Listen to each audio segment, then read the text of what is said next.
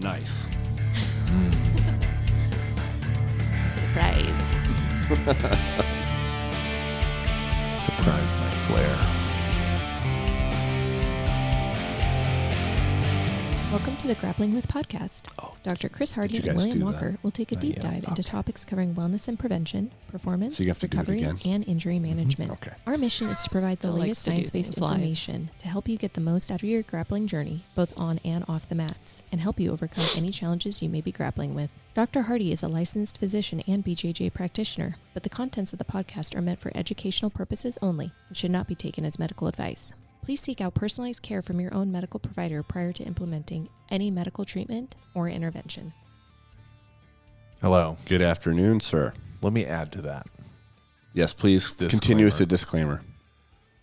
Nothing I say represents anybody I've ever met in my entire life or anybody I know. I say goofy stuff. Don't be offended. That's it. Awesome. Good. I feel much better now. Good. Excellent. Well, we're having an extended summer here in the Northwest, which would be awesome, except for we have wildfires. And yeah, we do. You know how my fragile respiratory system is. That's why I have my little inhaler here. So if you guys see me do that, you basically have an infant's respiratory system. Yeah. I wish I had an infant's respiratory system. Really? It's not that good even. Oh, okay. I thought you were saying like you were going to blow my mind. And, like infants have spectacular respiratory. No, they develop, Yeah. Yeah, but it's more like an 80-year-old. Kind of sucks. Yeah. You know It what? matches everything else. Every time it's like smoky like this, I always think, poor Chris, because I know it affects you so much. Like even in like the yellow, like the AQI. Yeah. Yeah. Well, thank you, Olivia. Bill has zero empathy for me, State of apparently. Washington does not care. He would blow smoke right in my face if he could. I would. I'm going to take up smoking just to do that. That'd be amazing. You should do that, by the way. Smoke cigarettes? Yeah. You trying to give me cancer? No, what I'm trying to do is make your cardio go down. Oh. Yeah, that'd be fun. Well, I'll leave the donuts to that. That'll work, too. Literally, yeah. Yes. So, we've been negligent with you, Olivia. We never ask, how are you doing? Oh. What's new with you? See, we neglect our producer. That's true. We do. I had someone actually tell us. I dropped in at a gym, and they're like, hey, you need to have more females on. And I was like, there's one on every time. But we don't always ask her how she's doing. We've had an all-female podcast one time. We did. I blew him up with that. Yeah. So what? Go ahead. I'm sorry. Oh. How are you doing? I'm doing good. Good. Just been reading a lot. She's burning through books. Are you still competing with Professor Andrew? Or is that kind of competition going by the wayside? Pretty sure he gave up a long time ago because I'm at like 25, 26 books. And I think he's still in the single digits. Hey, he was killing it, though, for a bit. He was. They were toe-to-toe. Yeah. And I think he ran into like a harder to read book, like a book that doesn't read as well. Like, or you know what I'm saying? Oh, one that's like super dry. I think something like that. Instead of just like DNFing it, he's like decided to keep going. Yeah. And he ran into that. And she just kept cooking. Yeah, that's the problem. If you get those real dry books or something, it's just like, slugging through it. That takes all the joy out of She it. read I swear it was like 300 pages in the last couple of days. That's amazing. Good for you. More than that? I think in the last week and a half, I've read like 1,000. Nice. That's pretty good. It's very good. Oh, no, not 1,000. I'm sorry. No, you should exaggerate. Like 1,500. Oh, even more. Like she's well, low. there's two books that are about 700 pages, and then another one that was like about 300. Yeah, she's finishing books. She was lowballing us first. Okay, yes. Good. Well, awesome. We're gonna ask you more how you're doing, and I watched. I think 4 episodes of The Office. Did you? Back to back. Nice. To back. So while Olivia's reading, yes, you're okay. While she does 1,500 pages, I watch TV. Much less impressive. So, well, it's okay on how you take in your information. That's true. That's why you're the band you are. So, are we doing another Q&A thing? Is that what we're doing? We got today? more questions. We got a lot now. I like it. A lot of jiu-jitsu questions. Yep. Someone did email a physician assistant with a bunch of good information or questions that will bring a lot of good information. when it comes to like hormone treatments and stuff like that. We'll have Carrie back on to answer those. I mean, I'm kind of like a very poor relief pitcher. Mm-hmm.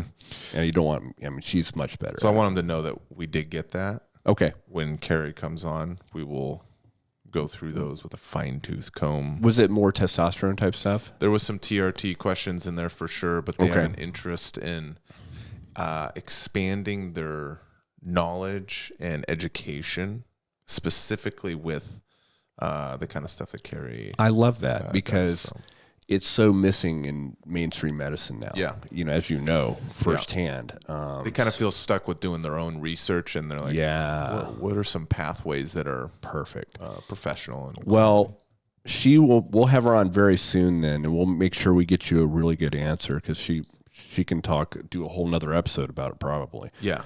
Cool.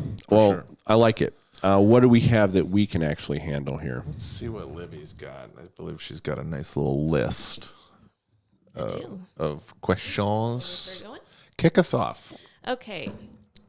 What are your go-to YouTube channels for learning techniques? Okay. I have, and we're talking about just YouTube channels. We're not talking about instructionals and stuff like that. I think so. Okay. So sticking to YouTube. Free utilities. Gotcha. And I guess a lot of it has to do with what kind of style you gravitate towards, but just in general, high quality ones. I like John Thomas, BJJ. Mm-hmm. I like his stuff. I like him too. Yeah.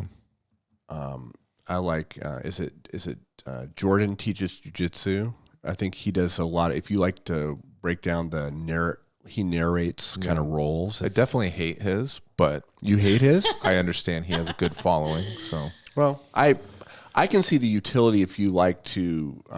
It's his delivery. Okay, but I think the content's good. I think the content is good. Yeah, the content's good. Yes. Yeah. The quality's there. The substance is there. It's one of those things like maybe there's certain like radio hosts or people that don't like slappy lips when they talk. You talking about me? Yeah. Okay, I'm sorry. I have slappy lips.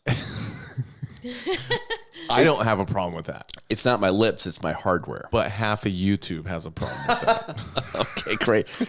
You know what's great is now you're making me self-conscious while I'm doing this. It's probably going to get worse. So good job. You know what? I haven't heard any more comments about it, so I think you're That's doing true. good. I banned them all. So I got to put a filter on now or something. Yeah. Oh my gosh. All right, guys, in a year it will be gone, okay? Good gosh. So I think it's something like that. Just preference. Yeah, but I can see that. But the content is not bad. Yeah, I personally like it. Yeah, like there's certain sports announcers you don't like. Yeah, sure. Okay. Same sort so that's more of a taste it. But as far as content, I think he has some valuable stuff there.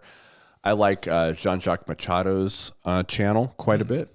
I think and they're usually shorter little clips. I think they're pretty cool. Very, very, gosh, what a wealth of information he is. And he has a good sense of humor. I think a lot of good stuff on that. I'll probably think of some more just off the top of my head, but go ahead. You start with yours. I'd say Chew Jiu-Jitsu. I like him too. That's a pretty good.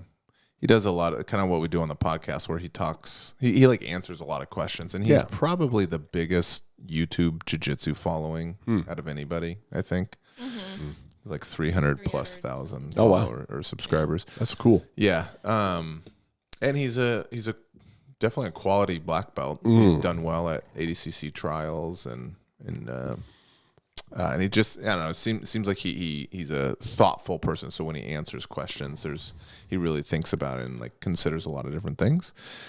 And from technical side, I think he has some good stuff. Not Jordan, but John Thomas, I would have mentioned him also. Yeah. Especially from a more, I don't want to say only for advanced people, but he deep dives for advanced people, but also has a lot of great content for your beginners. I like the fact that he just has a lot of content. He just has. He constantly uploads. I feel like he pumps out a lot of content. Yeah. On Instagram, maybe my favorite judo follow is Darcelito. He's a French guy. I think he's been in the Olympics, but he's like a national ranked or he was a national ranked judo guy. I don't know what he's saying. He doesn't speak any English, but how he does his Instagram videos is he like slows them down and replays, and like if you're a visual learner and you're someone like me that I can just watch a video that I don't have any audio to, and you can just analyze like, okay, what's this grip doing? Then you watch the video 15 times and you're just watching the right hand. Then you watch it another 15 times and you watch the left hand. And then another 15 times and you watch his left foot. Another 15 times you watch his right foot. And that's how I'll watch some of these shorter form videos. So I end up watching it. Maybe it's a minute long, but I watched it for 15 minutes. And that's how I'm like kind of analyzing. Okay, now that I understand what the left hand is doing, I understand what the right hand's doing, or left foot, right foot. Now let me watch it again with like watching his body movement, stuff like that. So Darcelito is really good for Very cool. Yeah, for judo stuff. Brandon McCaffrin, he's a pretty good follow on YouTube, I guess. Trying to think, Legion's YouTube channel for sure with Keenan. Yeah, that one's pretty good. I agree. And speaking of related to that, I actually like Atos. I think Andre Gaval does a good job with his clips. I know he has a whole online program, but he does share a lot of the clips from it. I think he's a good instructor. So. I was going to say Dom Bell. He's an Atos instructor. I think he teaches the midday class at Atos.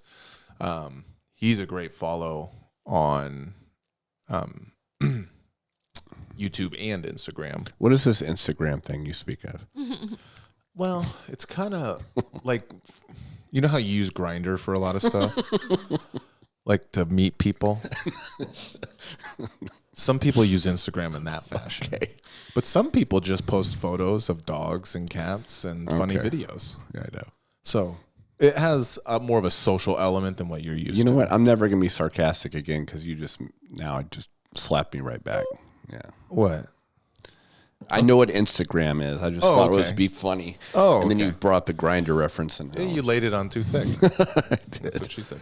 So, let me see here. Okay. Shintaro. I don't know how to say his last name. He is a red and white belt in judo. And I think he's a black belt now, maybe brown belt, black belt, brown belt in jiu-jitsu. But he's primarily a judo guy. That his YouTube channel is very good, especially because he is a jiu-jitsu practitioner at Renzo Gracie's. That he has a lot of videos for judo for jiu-jitsu people. So judo for jiu-jitsu people that are being very defensive, let's say.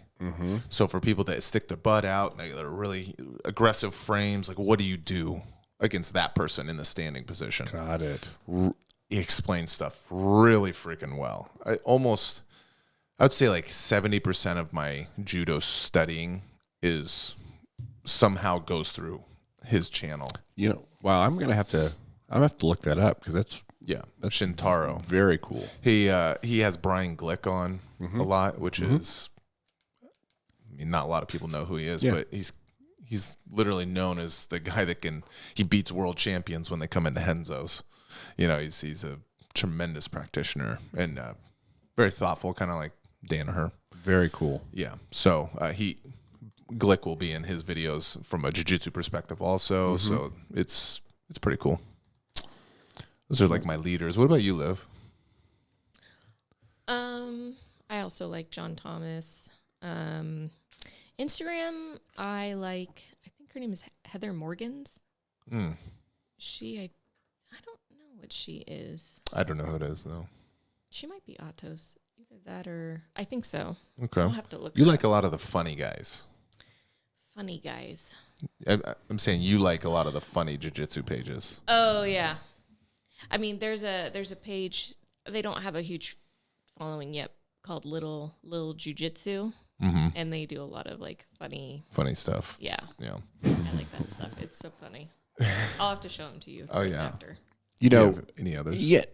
I just have a comment about, if you're using YouTube for instructionals, again, you can get paralysis by, you can be overwhelmed with the information. Again, go look for stuff that you want to work on, and it's a really good resource, right? But just to kind of like pick random things, and, we've talked about this before about kind of being focused in your, what you're working on now, instead of trying to say, oh, here's a random technique I'm gonna work this week, then I'll do another one, as opposed to like, hey, I really want to work stuff from half guard or whatever. And those are really good, are valuable, those channels. But anyway, I don't have a lot of others that come to mind.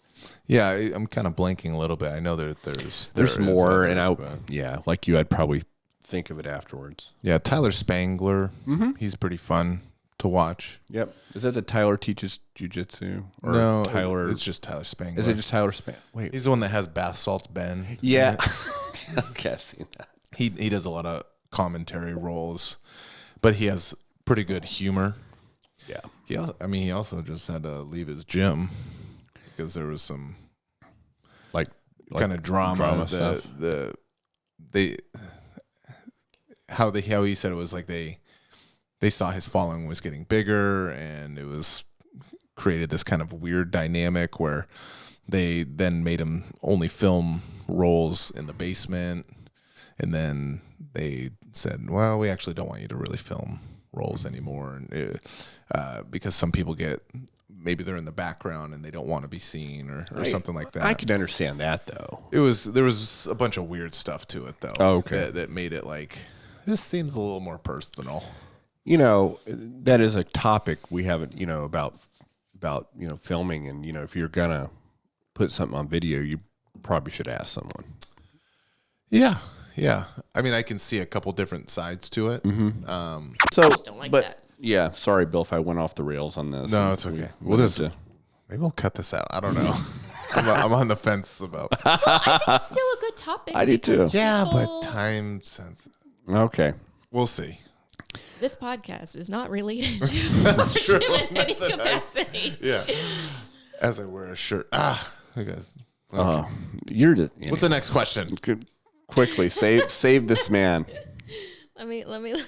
Oh, you don't count it up? Okay.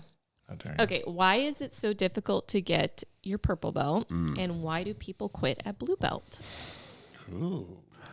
Okay. Well, when you get your blue belt, that's kind of a big, I was super proud of that, right? I mean, you're not a white belt anymore. I mean, the white belt time is tough for a lot of different reasons. You get your blue belt and you're like, oh wow, I'm here now, I'm progressing, and then you're like, oh my gosh, you start to realize, like when you're a white belt, you don't know what you don't know. As a blue belt, I think you start realizing what you really don't know. You start to. Start to, and then because I feel like as a brown belt, I really realize. I was about to say that. Now it's even more anxiety now. Now I have a really good idea of like what the heck I don't know. But I think that's where that starts, at least for me. And then I think there's some more expectations. And then it's just a hard belt because it's a transition belt. It's a transition from still in the beginner, advanced beginner, to more of an intermediate type of advanced. And I think that is just that skill transition. I think it's the toughest. And it was a grind. Yeah, it is. It just is and I felt like I had my biggest plateaus at blue belt too. And then when I started getting over those for 2 and something years, then I was close to purple belt. But it was just, I think a lot of people quit because they get the blue belt and it's an accomplishment, and then it becomes a little anticlimactic. That, okay, wow, now I have a lot to learn. Then you start realizing how much you have to learn, and it can become overwhelming. And jiu-jitsu is hard, man. I mean, it's why there's not a lot of black belts.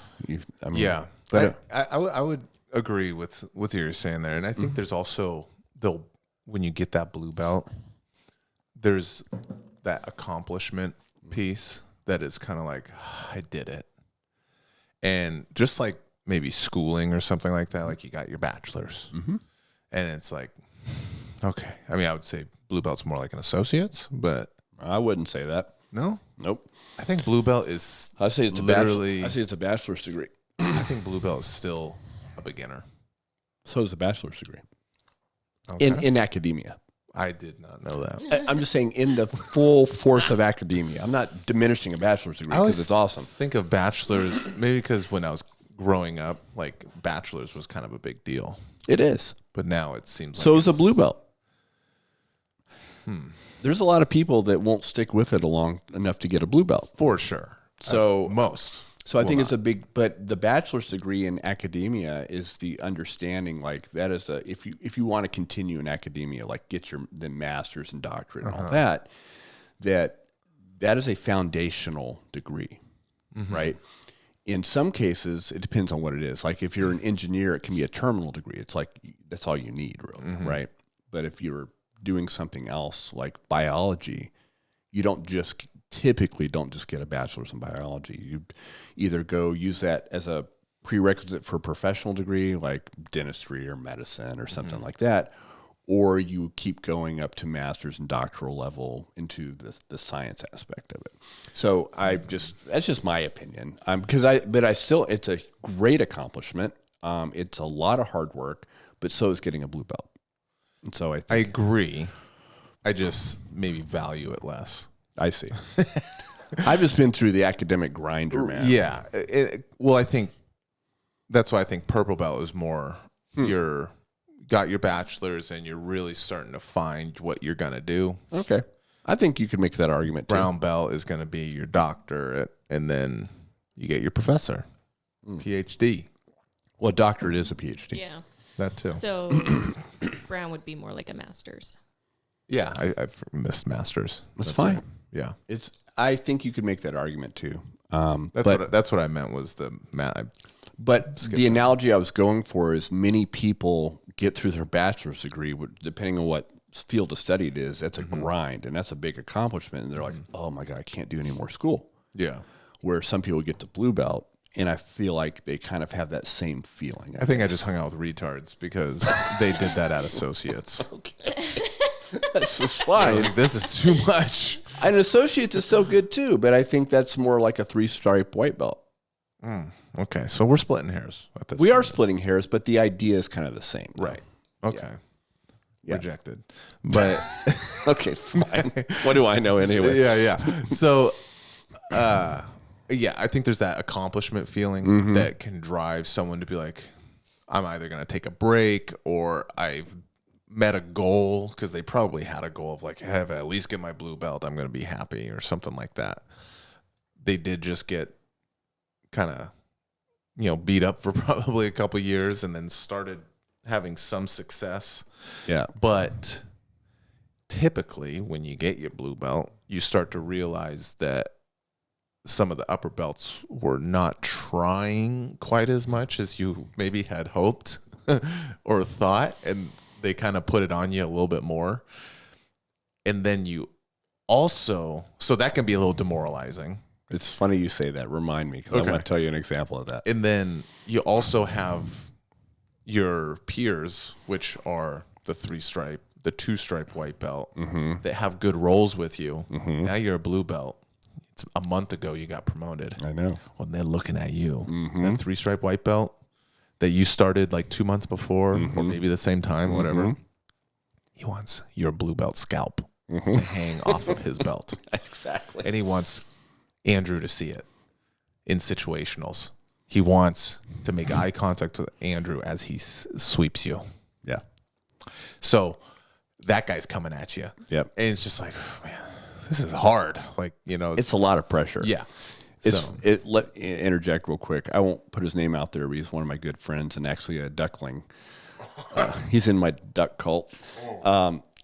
We were talking about that at work. Although everyone's going to guess who it is, and he doesn't care anyway. But we were talking about, because he's getting really good. He's a white belt, getting very, very good.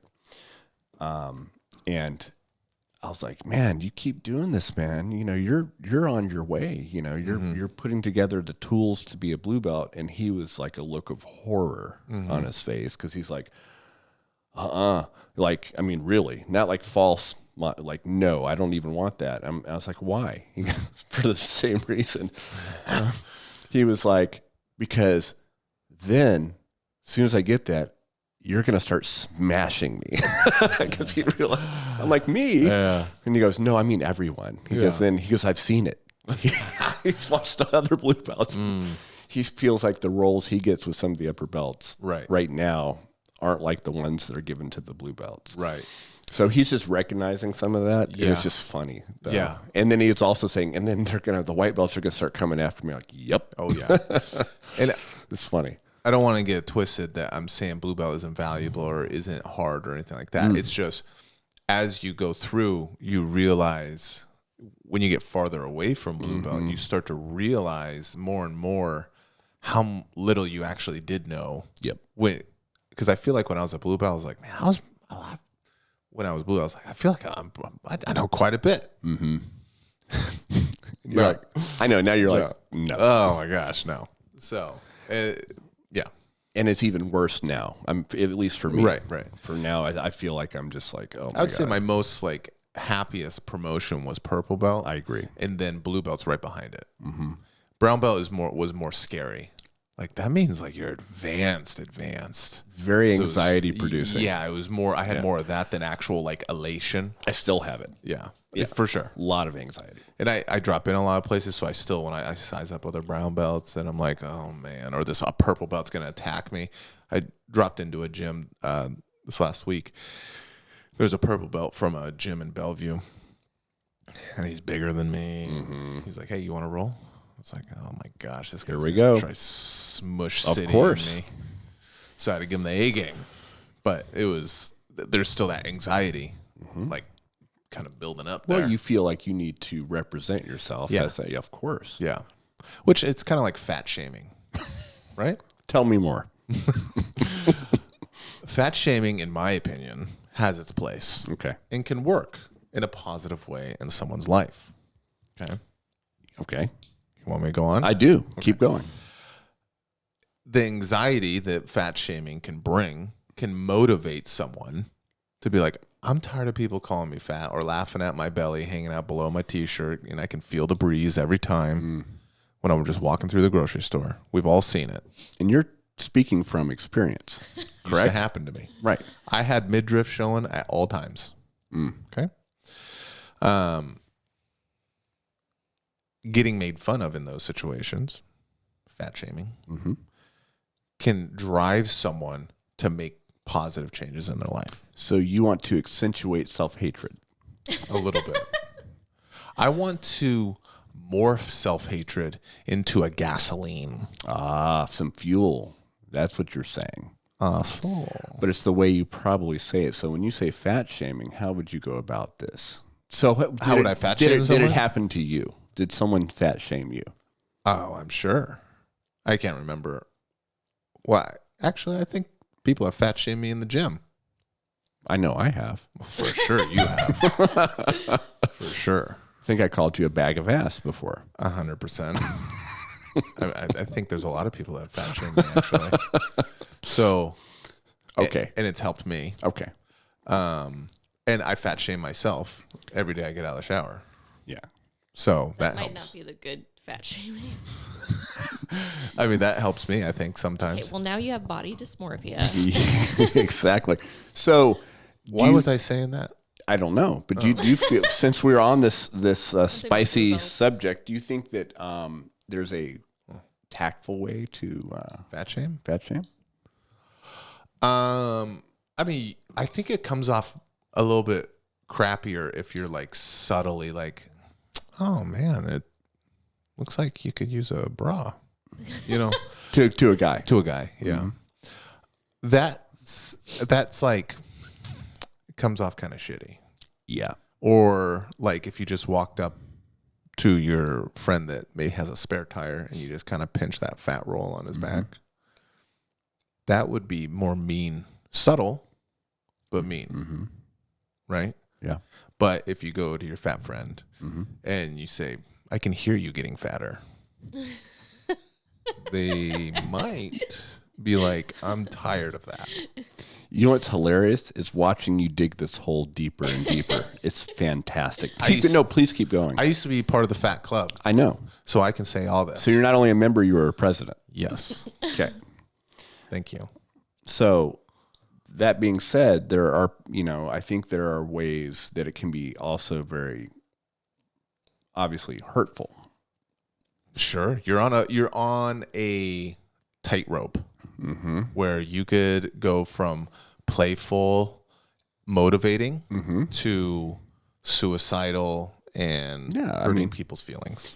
And, especially I've noticed, and I have, having raised a daughter too, and being on earth and having a spouse, that it seems that there's a lot of that goes on with women that I've seen people develop eating disorders and things like that too. I would say fat shaming with women is probably a recipe that I haven't dabbled in much. I don't recommend it because, and by the way, I'm glad we're avoiding controversial subjects today too. It's fantastic. But, I know we're kind of saying that, joking around. And if you have a friend, good friend, if you tell me like, hey bro, were you going for the 36s now? And that, what I mean? Start messing with me a little bit. 36s? Like, yes. 36-inch waist. Yeah. In other words, if I'm usually, and you're like trying to poke at me a little bit, yeah. I'm like, yeah, damn, I guess I am. But I don't know. I mean, I think it can be, it depends on where it's coming from and how that person is viewing you. When I say fat shaming, I don't literally mean like be a jerk. Kind of like what I would do to Josh a little bit on the podcast. Yes. I would poke fun a little bit, just little jabs here and there. Right. But he knows, I think, he knows now.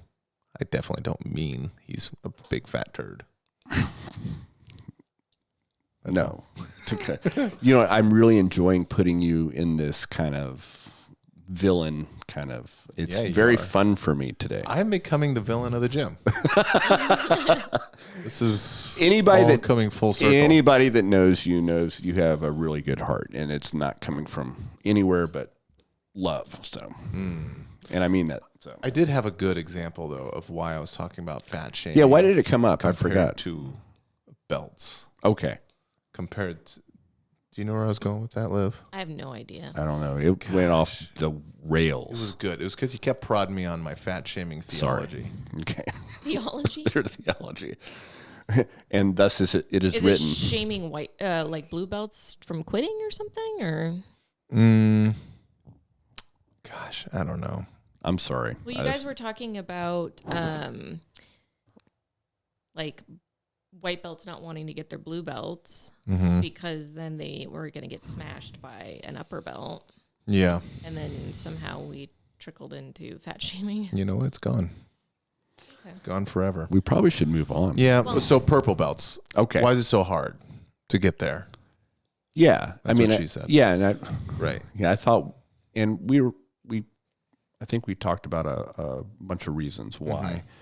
And it's the blue belt is, out of all the belts, it's a grind. For me, it was. Yeah. And it was good, but it was. How long were you a blue belt? A little over maybe 2.5 years. I'd have to ask Andrew. Maybe I don't really keep track. Maybe 2.5 years. I don't know. Something like that. It was quite a bit more than me. Yeah. That humble brag. Yeah, it was longer than yours. That's okay. Well, as the most recent purple graduate. Oh, here we go. Hey. I would just like to say that, yeah, I think once I got my blue belt, I was really like stoked about that. But then the sheer overwhelming, like you said, like understanding of how little I know and how far I have to go, you just see this huge mountain, you know, that you have to climb, and you've barely climbed up like, you know, one.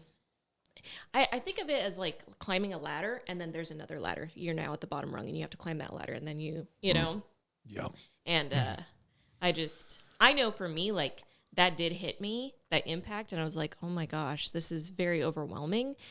And yeah, I think by the end of, like, towards the end of Blue Belt, even looking back, like, the huge jump from the beginning of Blue Belt to the end of Blue Belt is huge. That was what I was saying. Yeah, and it's like, and you don't even realize it, though, at the beginning of Blue Belt, how little you actually know. Right. I know where there's a couple blue belts right now at our academy that are senior blue belts that are, in my opinion, at purple belt level right now.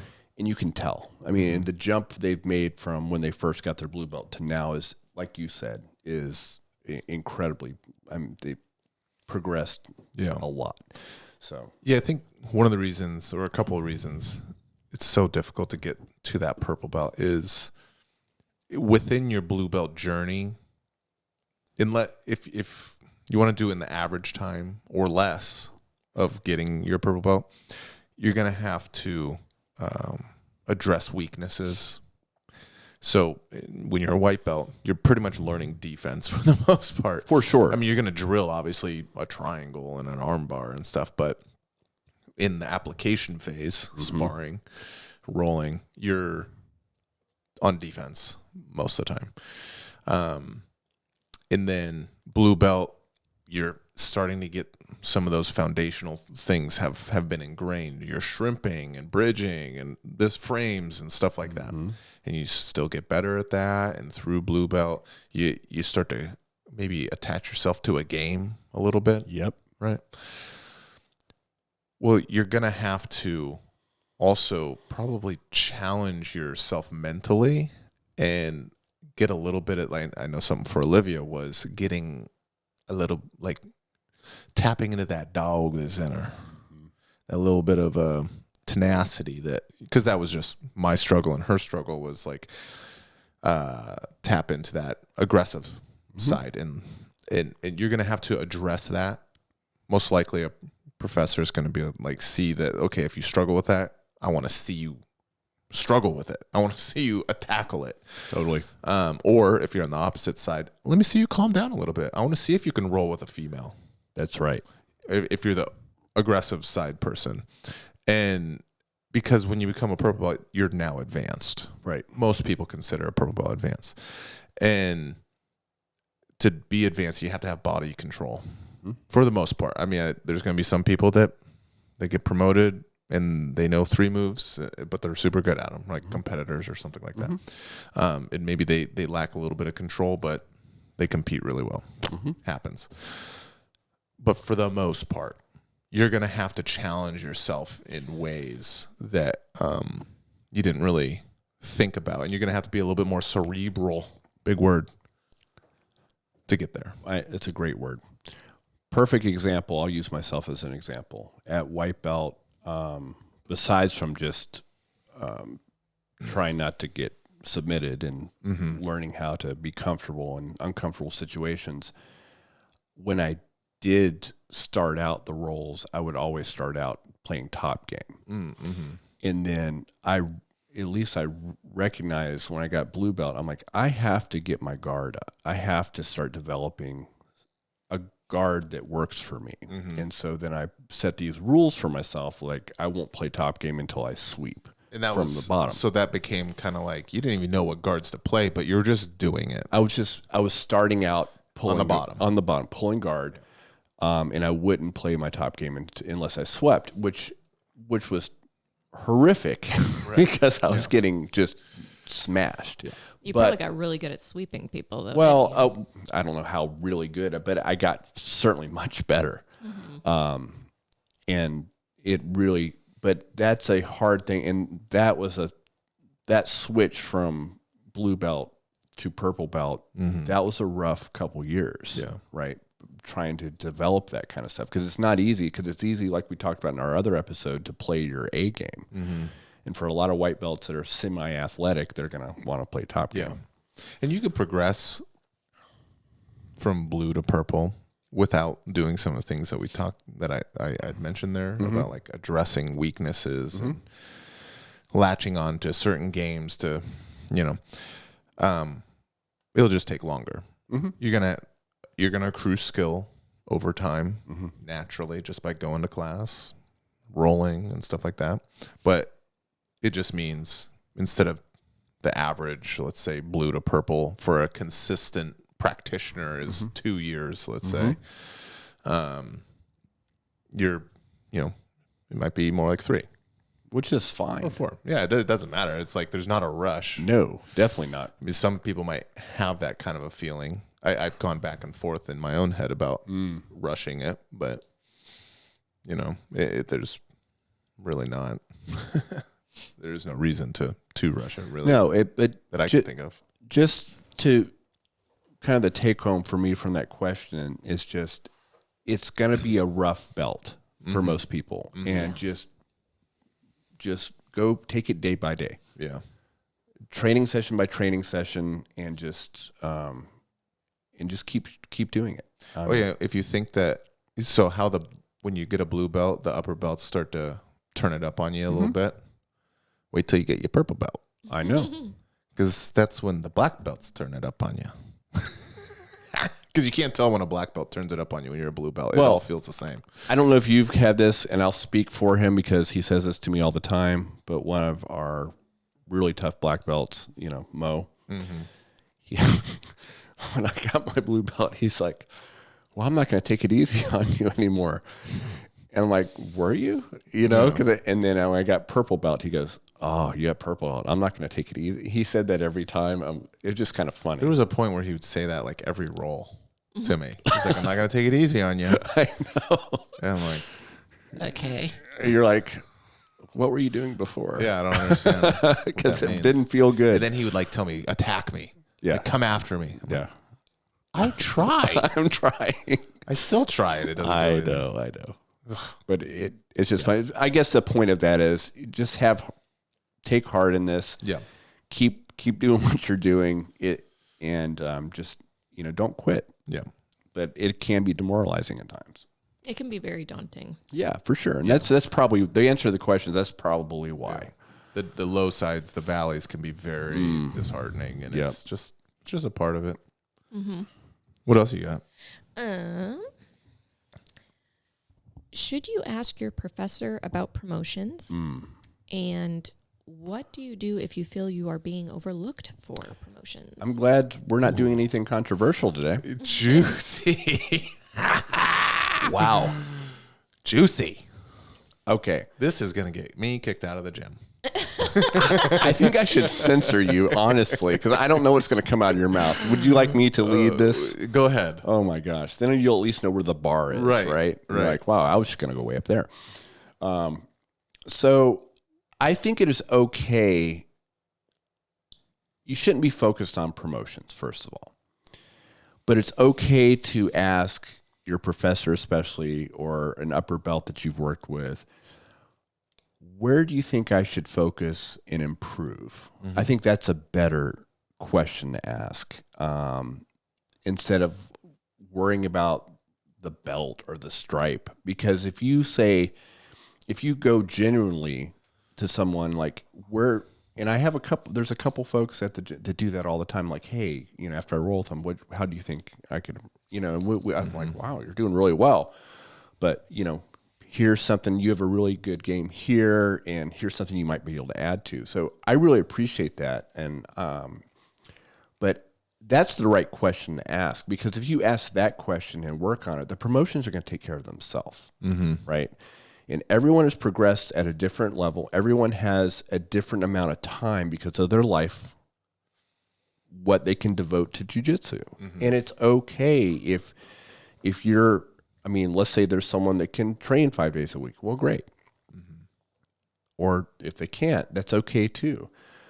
But it's easy to get caught up in comparing yourself and looking at the progression of others and then wondering why and if you're wondering why you didn't get promoted when you thought you should look internally and like, okay, what is someone else may be doing? It might be just they're able to train more, and that's okay too. But there might be something that that's when you should start looking like, hey, what can I do to improve myself and not worry about really comparing to everyone else. I mean, because that goes down a weird thing in your mind, and you start getting down on yourself and, looking at what other people are doing. And I just think that doesn't end well at all. And I certainly don't feel like you should ask about promotions.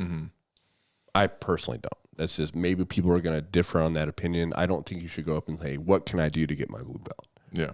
I think that's the wrong approach. Here we go. I'm scared now. So I don't even know what he's gonna say. I don't even know what he's gonna say. It's scary. I thought about just passing and being like, I think you did fine. Let's go. You could, by the way. I could. But you can't help yourself, let can me you? just. Okay. I think I will say that, but let me just throw in a little cheese nugget. Okay? Cheese nugget. Yeah. What is that? I don't know. It's a nugget of cheese. Cheese curd? This is how we got off on the fat shaming thing, Olivia. So You want to get me talking about cheese let's curds, keep I'll them do on. it. Let's keep them on track here. Dairy Queen. I don't hate that question to your professor, but if it's proposed correctly, stay with me. Okay. Elio, stay with me. So, if you are wondering, like you're feeling like, man, I feel like I'm kind of killing it, right? I'm doing good with these guys. I just tapped that brown belt the other day. My goodness, I feel like I'm doing good. Feel like you're being overlooked. You can. I think it's if you go to your professor and you ask, hey, I want to improve. I think if you take part of what you said out, what do I got to do to get my blue belt? That's not the best way. So I agree with that.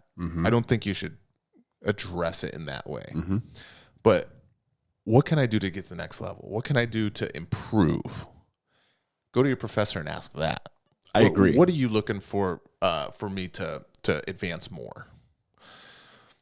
And then your professor should be able to give you some sort of direction on, well, you really got to get some guard retention. People pass your guard like it's nothing. Right. Or, your guard retention's great, but let's start adding in some submissions in there. Just one. Maybe it's tenacity. Maybe it's the willing to fight and stuff like that. Frames. Who knows? Whatever your professor sees. And that could be whether you're a white belt, a blue belt, a purple, or even a brown belt. Could you ask them, like, what do you expect in a blue belt or a purple belt, so that you kind of know, like, the next level? Would that be a fine question to ask? I mean, that's difficult. Because it's so individualized? I think Yes, so. because how do you say it? For example, like, I have good flexibility. I'm dexterous. Is that right? Dexterous. No, you said it. Ambidextrous with No, your you said feet. it. You said it. I'm also ambidextrous. You said it correctly the first time. Thank you. Nailed it. And I study a crap ton, so you can't. And I have the ability to do the 5 days a week thing. Right. It's going to be hard to hold someone that can only do 2 times a week. They don't have the ability to study, or it's just they're not studying. They come from a lesser point physically. To hold me and that person, you, to the same Keep going, man. I love to it. the same standard. Okay. Would be that's difficult, and it's probably not appropriate. Yeah, you're trying to say an ancient person to the same standard. Sure, maybe you have there's an age thing is like the easiest thing to do, right? Well, you reference me, so I'm just wondering. It's true. Okay. It's true. Don't get angry. We're not fat shaming or age shaming. Okay. It gets so testy sometimes. So it's called a curmudgeon. that's true. Get off my lawn. So it's good to have these individual things. So you have the guy that's training a whole bunch. He has a desire to be not just a blue belt. He wants to be a good blue belt. Your professor's probably going to see that, and you might go through the belt faster, but the stripes will come fewer probably because you might jump 2 stripes at a time. Maybe the belt takes longer than you think, but that's because your professor wants you to be that good blue belt right when you get that blue belt. He wants you to, there's no doubts. He's making you work for it a little bit more. That's not every case, but I think that can happen for sure. I mean, and there's some people, there's prominent jiu-jitsu, black coral belts and black belts that think that some people will never be black belts because of their application won't be great. Like, it's not good enough. They might have the knowledge, but their application and skill, now that, barring a 70-year-old or 80-year-old or something like that, we're talking, a 40-year-old or something like that, or a 35-year-old or a 50 or something like that, that still has the physical capabilities to apply techniques in a quality fashion. That I won't say their names, but I've heard them on podcasts and interviews say that, like, some people will not, they just, for my standard, they will not be, they won't have the ability to become a black belt. Now, is that correct? I don't necessarily agree. I think, application is only one part of it, and there's character is another, and, actual knowledge. Absolutely. I almost lean on the other side, like Homoloba Hall, where, like, if someone is a competitor that is super good at these small set of techniques that can just ravage people at any level with that, but can't. I think I bitched about this other time, so I'll shut up. But no, yeah, but didn't have a well-rounded game. Yeah. It doesn't even have to be well-rounded, but just rounded. Add character, or like contribute to the gym. Like, that's another thing. Like, helping, another thing. Like, I know that was one of the things he talked about. Yeah, community as being a part of. Yeah. So, but I think before you went off on the deep end there, I think you were saying kind of the same thing I was saying in a different way. That you were saying, well, basically, how can I improve? Yeah. And that's a very different question than how do I get my blue belt? Right. And that's what you should be asking is, how do I improve? What do you think that I should be working on? Because the promotion will follow. Exactly. Maybe not on your timeline. And it shouldn't be on your timeline. Yeah. Right. And that's why we have professors that to they, with the knowledge and experience, to say, okay, I think this person's there right now. But I think you should ask how you can improve. But if a professor gives you a crappy answer, it's like, well, there's other gyms. Like, if you're just being held back for 4 years and, like, they won't give you an answer on how to get better. Well, for sure, right? That just, learning is a definite two-way street, right? Yeah. It always is, the teacher and the student. I mean, but I feel pretty strongly about that whole asking about promotions thing, and I don't like it at all. Yeah. But I do feel very strongly about asking about what can I do to improve what I'm doing right now? Yeah. Because this whole art is about self-improvement anyway. Right. It's not about what belt you're wearing. Yeah. To me. And I think I don't hate it as much as you, because I think it would be a little bit of a benefit if there was a little bit more openness to, like, what are people looking for. Because you can go on YouTube. What is a purple belt? What is a blue belt? Like, but it's different though, for sure. Right. But I think it's so taboo. Well, I think it's like in any other sport. Are they going to be like, what makes you a professional athlete? And someone's going to be like, well, can't tell you. Athlete or something like that. Yeah. Or if you go to school, like, the requirements that make it so you can get a bachelor's, master's, etc. So I just think if maybe we took the taboo out of it a little bit, and we're a little bit more willing to talk about, like, this is what I like to see in a brown belt. For sure. Blah, blah, blah, blah, blah, blah. But it's so taboo that, like, but it's also subjective to an extent, depending on your gym and your professor. And you. Yeah. I mean, we're coming into this with different, different body shapes, different athleticism. the age, the whole 9 yards. And but that's why you have like a standard of like what you would like your blue belt or purple, brown, whatever to obtain. But once again, there's going to be factors within there. Well, what I thought was interesting, if you've looked at Saulo Ribero's Jiu-Jitsu University book, I mean, he has, it's very interesting where at the beginning of each chapter for each, it's broken down into belts, right? And he actually says, this is what a blue belt should be concentrating on, right? And that's kind of a nice little guideline. Like, the white belt is basically survival.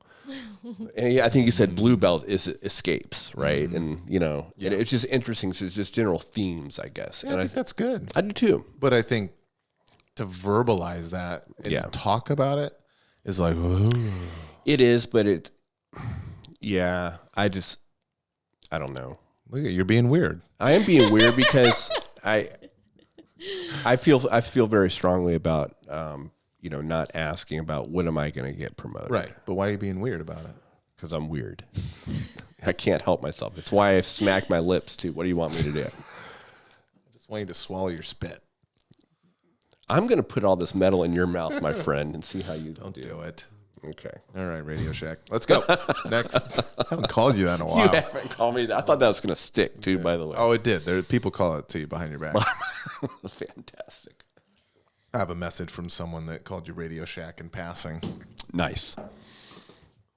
Okay, last question. What not to do if you want to be more successful at BJJ? Like if you want to progress, like what are the things not to do? Ask about promotions.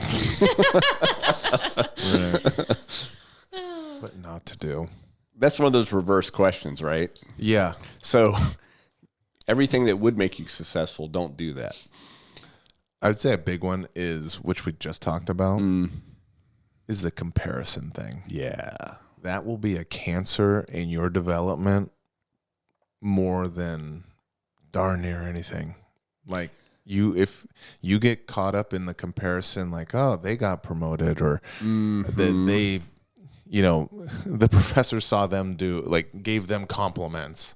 Now, I think coaches and professors need to think about their speech because it's very easy to, like, when someone new comes in or someone's doing well and they're in one of those jumps to, like, just talk about them constantly. Be like, oh, this person's so good. They're so good. They're so good. Then, like, other people are like, well, shit, they never say that about me. It's like that can feel shitty. So I can understand how you get sucked into the comparison mindset. But if you could, even if that stuff's happening, if you can just you just stay your lane. Because as soon as you start comparing, oh my goodness. Yeah. It can bring a lot of bitterness. Oh, which just ruins your fun time. Yeah. The quality parts of the gym, which is like stress relief. And I was going to say the same thing. And not having fun. Yeah. If you go in there and you have this, like, just frown on your face and you're, like, super intense the entire time, and it's like, ask yourself what you're training for. Right. And it's if you're not training for the right reasons, that's not a way to success. Because what is success? How do you measure success? Is it your belts? Maybe. I don't think so. I think for me, it's making me a better person. I feel like I'm successful because of that. And going into everything, so you should go into every class with a kind of that beginner's mind. If you're going into it, even if you know a lot of stuff, the biggest problem is thinking that you know something that you don't know. Coming in I'm not saying, but it's just an example. Let's say you're 6 months in as a white belt and you've been watching a whole bunch of YouTube and you're trying to, think you maybe know something you don't know. And you're not going into it and looking at each class, like, oh gosh, we're doing arm bars again. I know arm bar. It's like, well, I can tell you the basic arm bar from the guard that you learn as a day one white belt. Every time we do it, there's these tiny little pieces that we pick up over the years and you're wondering why that black belt's arm bar is so sharp. It's because of those little things that Hickson calls it the invisible jujitsu, right? But if you go into it thinking, I know that, right? That's another way not to be successful, because you think you do. Yeah. And there's these little pieces along the way, even at brown belt level, that I'll pick up a little detail that someone will say. I'm like, oh man, that makes it even better, right? So that's a way, I think, not to succeed. Yeah.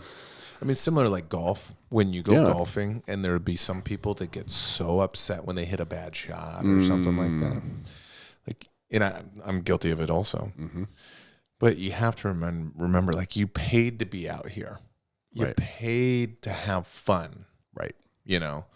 And when if you look at like the average stats in golf of how often like even pros hit bad shots, they hit bad shots a lot. And a lot of time, especially if it's not a tournament where they're going to make millions of dollars, they can just, okay, now you just hit the next shot. Maybe it's a tougher shot. It's not perfectly in the fairway.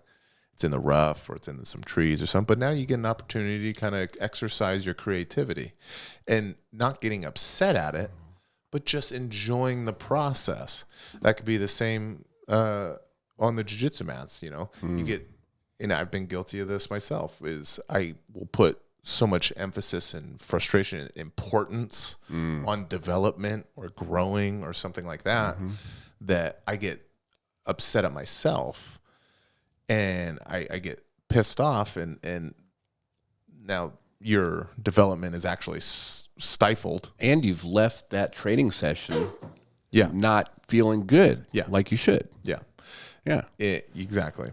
And I think because the academy should be is an extended family too. At least it is for me, and I know it is for you guys too.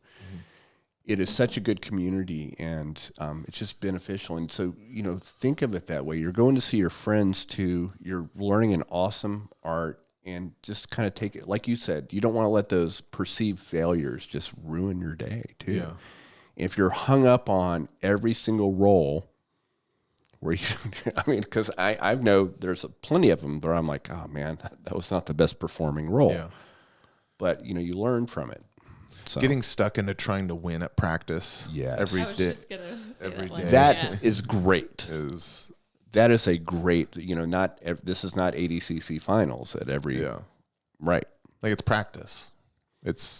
You should be trying to go for, unless you have a specific, like, let's say we're doing competition training and we're training with someone of equal level and we're trying to. There's intention there. And there's intention. And you can have those hard rolls where you're like, okay, I'm gonna count my points, and you know, not saying never do that.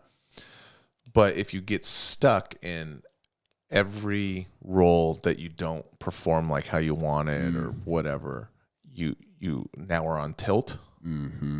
You're going to stifle yourself. Yeah, your growth. growth. Get in your own head too. Yeah, and then then you're just going to stay down your A game. You're not going to expand. You're not going to obtain new skill. That would be one, is never going outside of your comfort zone, like especially as you go up in belt, because so often you don't want to, you know, you don't want to lose, or you don't want to fail at something and be kind of like, or at least for me, like in that kind of white belt place when you start trying to learn a new position. And so that can prevent you from growing because that fear of being smashed. John Danaher was just on Lex Friedman again. I saw that. And I'm like halfway through. Yeah. And there's some good nuggets for coaches. If anyone wants to get into coaching, or even not just jiu-jitsu, maybe your kid's little league team or something, I think he's got some really good nuggets in there for skill acquisition and coaching. But one of the, you know, he talks a little, and I'm sure if people have coached for a while, they'll be like, well, of course, I already knew that. Well, okay, that's good. But it's good to hear sometimes, right? And that's, you have to, like, to obtain a new skill, you have to reset, and you have to fail and fail more and fail more and try it. For in jiu-jitsu's world, that'd be, you're going to try this new guard or a new submission, and you're going to get passed when you try that new submission. You're going to get crushed and stacked and everything. You're just going to fail. Persevere through that, and success will start coming. And for kind of what Olivia just said is, if you never even are willing to start that process, you're going to not get better. If you start the process and then you bail at the first sign of defeat, you would never have got a guard. Correct. Because that's what you did. You're like, okay, I suck at this. Yep. You've done that multiple times through your journey. What's sucking? Yes, you're true. I was trying to be nice. No, but it's true. Where you identified the suck and you went to it. Exactly. It may be neuroticism on my part, but it's like, and you're the same way. I think I know you well enough that very self-critical, right? And like, this guard I have is garbage or whatever, right? Yeah. And I'm like, I got to tighten that up. So I think those are all ways to succeed and doing the opposite, and if you have like some of the things that you and Olivia and I have talked about, it's not a recipe for success in jiu-jitsu. And I was just going to say real quick, because you guys were talking about the pushing through failures. It reminded me of that whole, when you have a plateau, like, don't quit, So, because a lot of times when you have that plateau, you're actually improving. You just don't realize it. Yep. Yeah. And you got to keep pushing through that. So don't, like you said, bail or give up or, feel like, oh, I'm not going to go to class. I'm not improving. What's the point? Yeah, there's some, I don't know who the guy was. He was kind of like an Andrew Huberman kind of guy. But the clip gets pushed around on Instagram for like the motivational videos. And it's some Canadian doctor talking about when you go to start working out, like lifting weights or even running. But let's say lifting weights. You go one time and you come back home and you look in the mirror. What do you see? Nothing. Not a damn thing. All right. You do that for a week. You still see nothing. Not a thing. Maybe in a month. Maybe. Well, you look at yourself apparently very often. So kidding me? Yeah. I have these deep flex-offs. Okay. Look what you did, Chris. I'm so sorry. I know I did that. Olivia's saying we were trying to wrap this shit up, and I got Bill on one of his. Anyway, I might have pulled my sternum on that, if I could be honest. Well, but that was your point. But something is happening. Your muscles are developing. Your cardiovascular is building, but you can't visually see it. You can't even feel it. You're just sore. Same with skill acquisition. Plateaus. Yeah. You're getting better just by showing up. And that kind of dovetails into that first question about why do blue belts quit and how to get to purple. I mean, it's the same thing, right? Yeah. It's just got to keep pushing through this. And take that into anything. Yeah, totally. Take that into your job. Be the best burger flipper you can. And just keep showing up. Work hard. You're going to get better. You're going to get raises. We know a guy. I don't know. I won't drop his name. He just got a new job as a supervisor at Climate Pledge Arena. And something clicked for him, I don't know how long ago, where he was working at CenturyLink or whatever it's called now. But he was like, he's just working at like the food stand kind of things. But he just started working hard. He just started showing up when other people wouldn't. There's a lot of turnover in that industry. He starts he's there daily. He's present. He's working hard. He's intentional. And he starts getting promoted super fast and promote again. So whether it's your job, your normal life, jiu-jitsu, weightlifting. But again, the whole theme is self-improvement and not worrying about, okay, how do I get from A to B? It's like, how do I improve? Yeah. And you'll get there. Yep. Okay. All right. I won't go off. Let Bill go off on the rails anymore. Okay. Why don't you show me your boobs? My You know, you just bounce them on me real quick. You don't know. You just did though. That was unintentional. I did see a blooper. Yeah, I was unintentional. A little flick. Oh my gosh. I see it. Yeah. Stop it. No. Is it just like doing it on its own? You have no control? Yeah. I actually, well, now TMI, of course. Now you ask me a personal medical question. Actually, after working out, I have a little bit of a twitch going on. Okay. So thanks for bringing that up on the podcast. If you guys got any questions, email grapplingwithpodcast@gmail.com. Yeah. Why is Bill the way he is? I don't know. It's something in elementary school. We've If talked you liked about our that. episode, please thumbs it up. Yeah, please like and comment. Or thumbs up is liking it. And we will get Carrie back on here to answer that testosterone question. Yeah. And we'll have another guest on here in a couple weeks. Our lower belt diaries. Yes. They're pretty entertaining. So we're going to do that again. Blow us up, Tom.